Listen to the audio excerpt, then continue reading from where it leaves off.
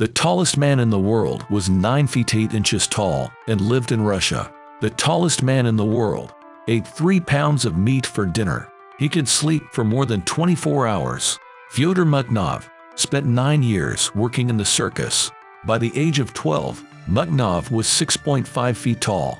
He could easily lift an adult. He was once hired to clear a river from boulders. Children laughed at Makhnov because of his height. In response, he hung their hats on roofs. Makhnov's house was rebuilt to fit him in. His bed was made by individual measures. His clothes and shoes were sewn to order. Makhnov's family was poor. He had to work part-time in the market in Vitebsk. That's where he was discovered by circus owner Otto Bilander. Bilander took Makhnov to Germany. Makhnov studied German and circus arts. At the age of 16, he signed a contract to work in a circus.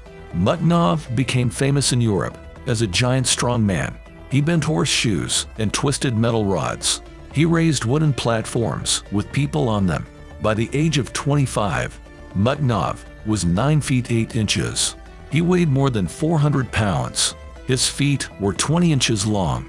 Makhnov did not fit in hotel rooms and restaurants. He only traveled in open-top vehicles. Makhnov eventually returned to his village of Kostuki. He bought an estate with the money from the circus. He converted the house to his own height. Makhnov married the village teacher, Euphrosynia Lebedeva. Lebedeva stood 6 feet 5 inches. Together they had 5 children. Then Makhnov went on a foreign tour. He took his wife and children with him. During his performance in Cardiff, Makhnov tried to escape. He demanded to see his family in London. Makhnov was taken to the train station. He was locked in a waiting room. The guards had to keep the crowds out. Makhnov was later invited to the US, but he was scared to cross the Atlantic. 20 sailors had to force him aboard a ship. Makhnov suffered from seasickness. The whole trip, he smoked 80 cigarettes each day. He lit them with candles and chandeliers for entertainment. Makhnov's wife wanted to stay abroad, but doctors began to persuade Makhnov to sign a contract. They would acquire his body for experiments. Lebedeva was afraid something might happen to her husband. She persuaded him to return to his homeland. Makhnov's smoking led to attacks of bronchitis. A chronic joint disease made it difficult for him to walk, but Makhnov didn't leave the circus. He also went to the wrestling ring.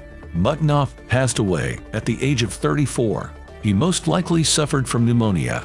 German doctors believed he had tuberculosis of the bones. Some believed Makhnov was poisoned by detractors. The undertaker initially made a coffin of standard size. He thought the measurements were mixed up. The coffin had to be quickly redone for the funeral.